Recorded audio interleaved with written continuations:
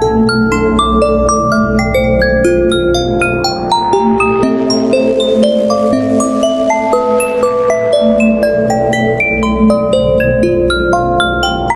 guys, balik lagi bareng admin di sini. Gimana kabar kalian? Semoga selalu sehat ya. Oke, seperti biasa gue kembali akan menceritakan cerita film horor. Film ini sedikit hot, namun sangat mengerikan. Oke, kita langsung saja ke cerita filmnya.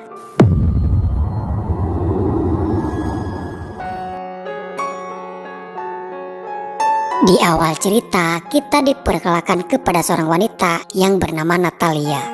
Natalie adalah gadis perawan yang mendedikasikan hidupnya menjadi seorang biarawati, dan dia tinggal di asrama tempat para biarawati. Hari itu Natalie dipanggil oleh salah satu suster pembimbing Natalia di sana. Suster memberitahukan kabar duka kalau ternyata kedua orang tua Natalie mengalami kecelakaan hebat yang mengakibatkan ibunya tewas.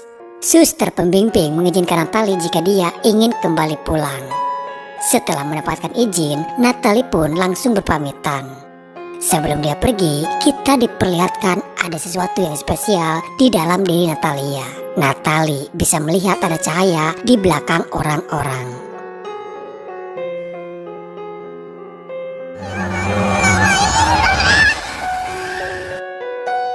Setelah sekian lama tidak pernah pulang ke rumah, akhirnya dia pun kini kembali. Terlihat keadaan rumahnya yang sangat sepi. Di salah satu ruangan, Natalie melihat ada seorang laki-laki yang tak dia kenal. Dia mengaku Mauro, pacarnya dari Angela, adiknya Natalie. Mauro mengatakan kalau Angela sedang pergi mengurus album mendiang ibu mereka yang sudah meninggal.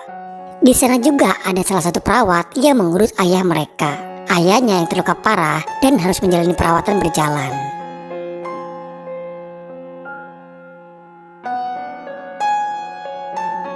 Tak lama kemudian, Angela pun datang. Terungkap fakta bahwa apa yang terjadi kepada kedua orang tuanya bukanlah karena kecelakaan. Angela mengatakan dari apa yang dia lihat, kalau sebenarnya ibunya kerasukan iblis. Hingga terjadi pertikaian antara ibu dan ayah. Dan dari pertikaian tersebut yang menewaskan ibu mereka. Sudah bukan rahasia lagi kalau ayah mereka adalah seorang anggota sekte yang menyembah kepada iblis. Itulah alasan kenapa Natalie tidak mau tinggal di rumah dan memilih untuk menetap menjadi biarawati. Sedangkan Angela selama ini merasa terjebak dan harus tinggal bersama kedua orang tua mereka yang sakit. Di malam itu Angela mengundang beberapa temannya untuk datang ke rumah. Di sana ada Abel, Mara, Osvaldo, dan juga Mauro. Angela sendiri adalah seorang mahasiswa dengan pergaulan bebasnya. Berbeda dengan Natalie kakaknya yang hanya seorang gadis pendiam dan jarang bergaul. Keperawanan Natalie menjadi bercandaan bagi Mauro. Untuk apa Natalie mempertahankan keperawanannya itu? Tapi di antara mereka yang ada di sana, hanya Abel yang diam dan tidak mengganggu Natalie. Angela yang tak senang Natalie yang dijadikan lucon mencoba untuk menghentikan Mauro. Namun malah terjadi pertengkaran di antara mereka. Abel yang tidak tinggal diam saat Mauro bertindak kasar. Dia pun berdiri dan menghadang Mauro. Natalie mendekati Angela, mencoba berbicara lebih dalam lagi. Di sini Angela mengatakan dia sebenarnya mencurigai ada sesuatu yang disembunyikan oleh ayah mereka. Karena apa yang terjadi kepada mereka semuanya seperti ada keterikatan dengan ayahnya. Dan Angela memberitahukan kepada Natalie, setelah 2 tahun saat Natalie memutuskan untuk meninggalkan rumah, Angela mengalami kehancuran dalam hidupnya. Dia pernah berkencan dengan seseorang yang tak dikenal, sampai dia tak sadar kalau dirinya sudah hamil 3 bulan. Lalu Angela datang ke sebuah rumah perawat, bermaksud ingin. Namun apa yang didapat justru dia mendapat perlakuan yang mengerikan dari perawat itu. Hingga hampir saja membunuh Angela sendiri. Setelah apa yang terjadi kepada dirinya, di saat itu juga kondisi ibu mereka mulai memburuk. Ibunya mengurung diri di loteng dan menggambar lukisan-lukisan aneh. Karena kondisi ibu mereka yang sudah tak bisa terkendali lagi, hingga akhirnya sang ayah tega membunuh ibu mereka. Sejak kejadian mengerikan itu, Angela merasa sudah tidak mempunyai orang tua lagi. Dia juga sebenarnya sudah tak tahan lagi untuk tinggal bersama dengan ayahnya. Alasan Angela membawa teman-temannya karena Angela berencana akan melakukan ritual pembersihan jiwa dengan tanaman suci yang ada di suatu daerah bernama Tigre. Angela hanya ingin tahu apa yang sebenarnya disembunyikan oleh ayah mereka. Dengan ritual tersebut, nantinya akan terungkap apa yang sebenarnya terjadi. Angela meminta Natalie untuk ikut bersama mereka. Awalnya Natalie menolak dan tidak mau ikut karena itu penyimpangan akidah. Apalagi dia yang adalah seorang biarawati. Tapi ikut atau tidaknya Natalie, Angela tetap dengan kerencananya.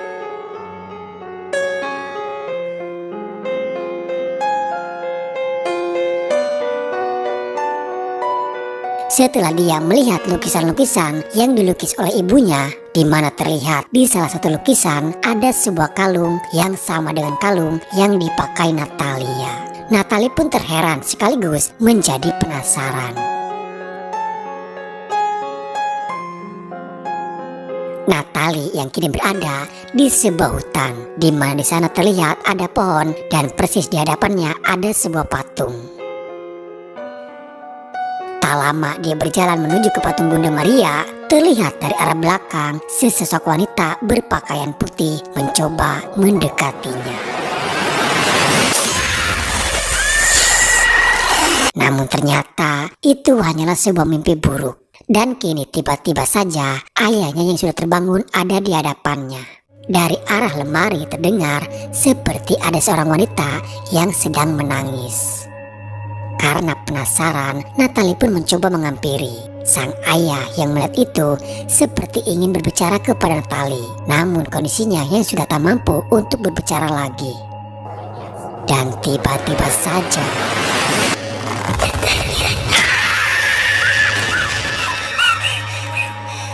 di keesokan pagi Natalie pun memutuskan yang akan ikut bersama dengan mereka. Dia sempat berpamitan kepada sang ayah yang akan pergi untuk beberapa hari. Sang ayah hanya bisa meronta-ronta saat Natalie yang akan pergi. Seperti ada sesuatu yang ingin dia bicarakan. Angela, Osvaldo, Mara, dan juga Mauro adalah mahasiswa psikologis. Walaupun mereka adalah orang-orang berpendidikan, tapi tidak menutup diri dan meyakini adanya keberadaan makhluk gaib di dunia ini. Menurut informasi yang Osvaldo dapatkan, mereka di sana akan menemui seorang dukun yang nantinya dukun itu akan membimbing mereka dalam melakukan ritualnya.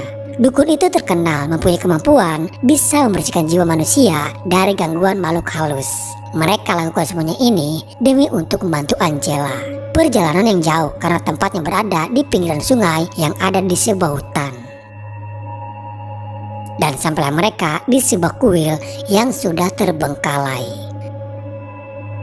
Saat itu mereka terpisah dengan Angela dan Mauro yang berangkat berdua.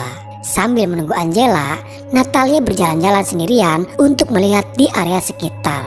Ada dorongan kuat untuk Natalia menuju ke sebuah tempat. Dan ternyata tempat yang semalam dia mimpikan itu benar nyata adanya. Ada pohon, lalu di depannya ada sebuah patung.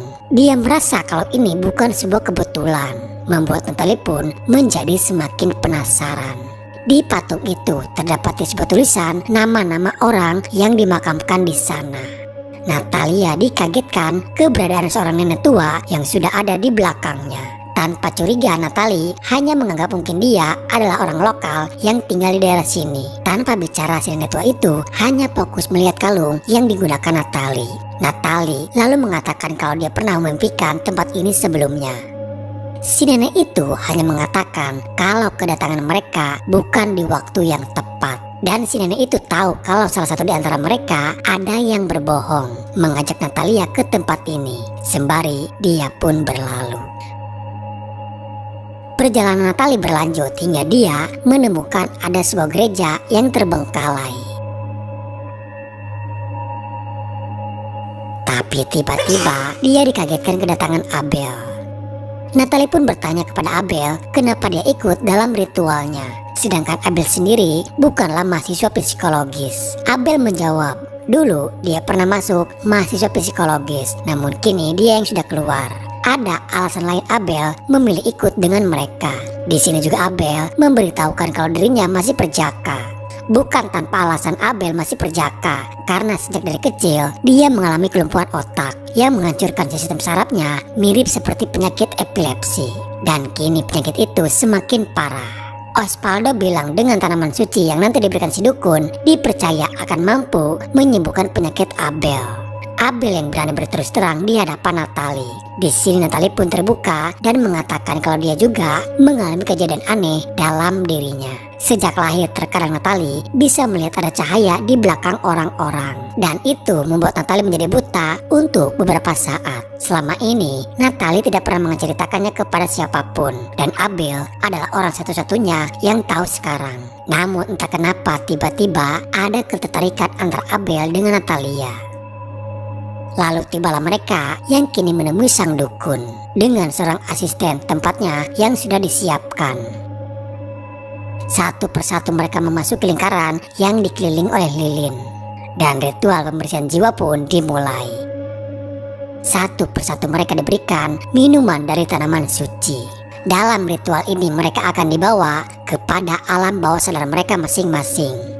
Dan mereka nantinya akan tahu siapa jati diri mereka yang sebenarnya. Beberapa saat kemudian mereka pun mulai bereaksi. Namun di sini hanya Natalie sendiri yang masih tersadar.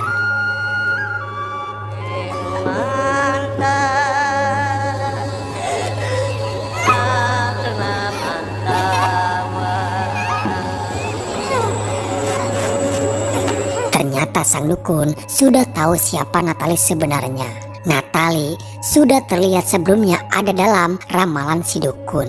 Dan tiba-tiba Natalie yang kini sudah berada di tempat yang berbeda. Dia diperlihatkan kembali ke masa lalu saat Clara ibunya yang kala itu sedang mengandung. Di sana juga sang ayah yang terlihat sedang melakukan ritual pemujaan iblis. Sang ayah tega memasukkan bayi iblis ke dalam benih yang ada di dalam kandungannya itu. Bermaksud dia ingin menumbalkan Natalie yang tak sanggup melihatnya pergi berlari dan menuju ke sebuah gereja. Terlihat di sana ada 3 biarawati. Tak lama kemudian Clara muncul.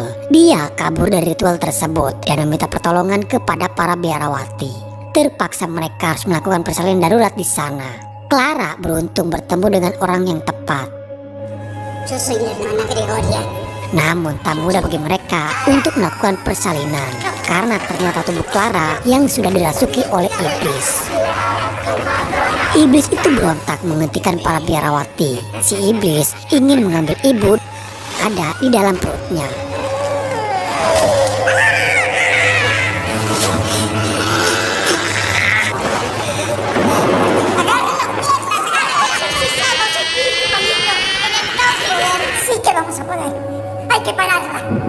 Dengan segala cara dan upaya, akhirnya biarawati itu berhasil menyelamatkan bayinya dan terlahir selamat.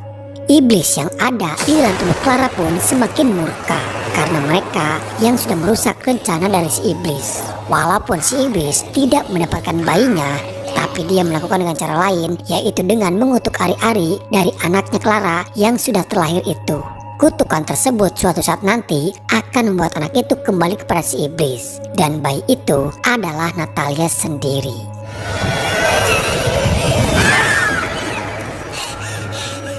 Natalia tersadar kembali, namun kini dia yang hanya seorang diri. Dia turun ke bawah untuk mencari teman-teman yang lainnya. Di sana dia bertemu dengan Mara. Tapi anehnya Mara yang bertingkah aneh dan seperti tidak bisa mengendalikan dirinya. Lalu tak lama dia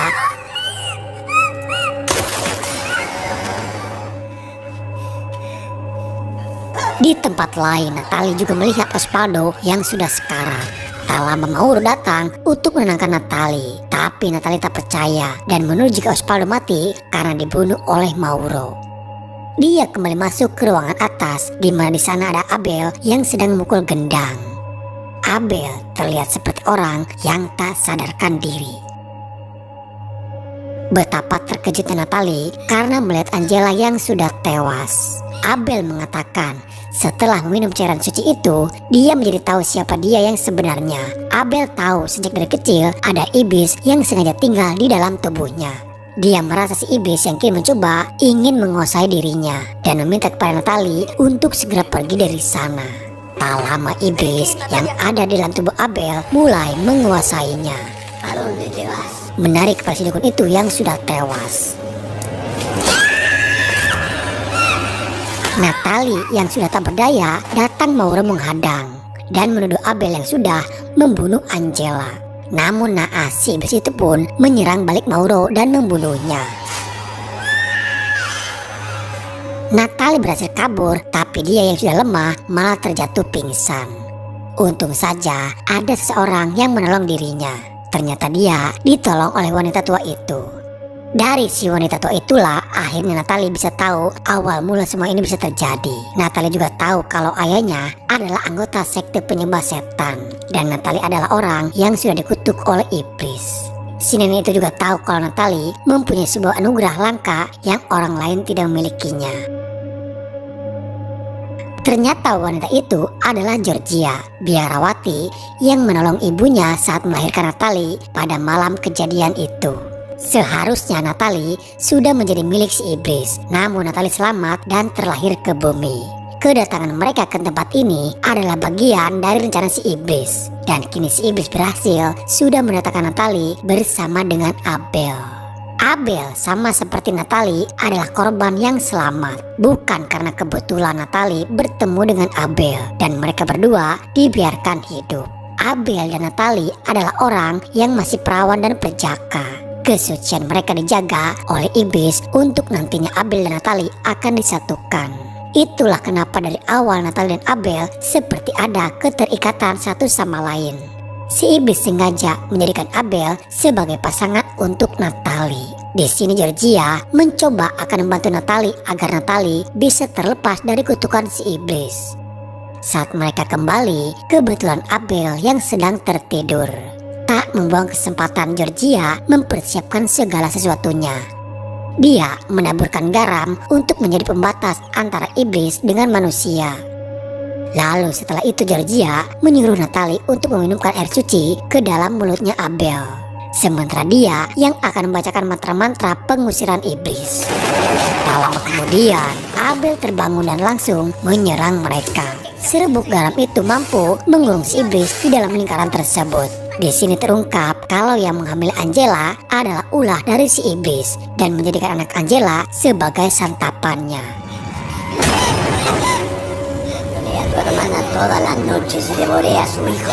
Walaupun dia yang terjebak di dalam lingkaran, tapi kekuatannya mampu membolak-balikan tubuh Natalia dari jarak jauh dan mencoba mempengaruhi pikiran Natalia.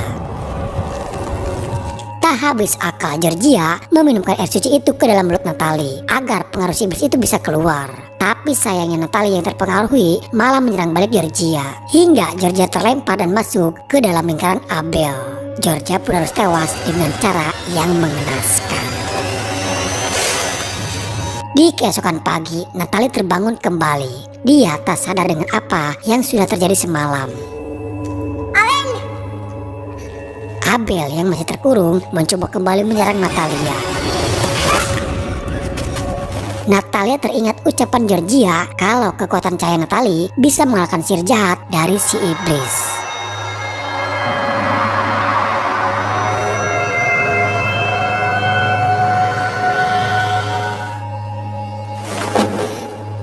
Lalu di sini si iblis itu pun mulai luluh dan memanggil Natalia dengan nama Luciferina. Nama panggilan bagi iblis wanita. Iblis yang ada di dalam tubuh Abel jatuh cinta kepada Natalia dan dia menyuruh Natalia untuk pergi dari sana. Setelah Natalia pergi jauh dan hanya tinggal menaiki perahu, tapi perasaan Natalia tak bisa dibohongi kalau dia pun jatuh cinta kepada Abel. Karena walau bagaimanapun Abel sudah ditakdirkan untuk bersama Natali. Perasaan cinta yang teramat dalam kepada Abel membuat Natali menjadi buta. Dia nekat berpaling dari Tuhan. Lalu dia pun mencari Abel. Dia yang akan memberikan kesuciannya kepada Abel. Tak lama Abel pun kembali bersama iblis yang menguasai tubuhnya. Di dalam gereja yang terbengkalai, mereka melakukan yang tidak seharusnya mereka lakukan. Dalam proses pengeboran, ternyata itu juga bisa menyembuhkan Abel dari gangguan iblis jahat yang ada di dalam tubuhnya. Mengetahui itu karena sudah terlanjur, Natalia pun semakin bersemangat mengebor. Dan akhirnya Abel berhasil terselamatkan. Dan mereka pun kini hidup berdua. Di akhir film kita diperlihatkan Natalia yang telah hamil. Siklus itu terulang kembali, di mana bayi tersebut adalah bayi yang akan diambil oleh iblis. Dan di sini film pun selesai. Oke guys, jadi itulah alur cerita filmnya. Semoga apa yang menceritakan bisa menemani kegabutan kalian dan bisa menghibur kalian. Sampai jumpa di video selanjutnya. Salam dari admin dan bye-bye. Like a Hellcat.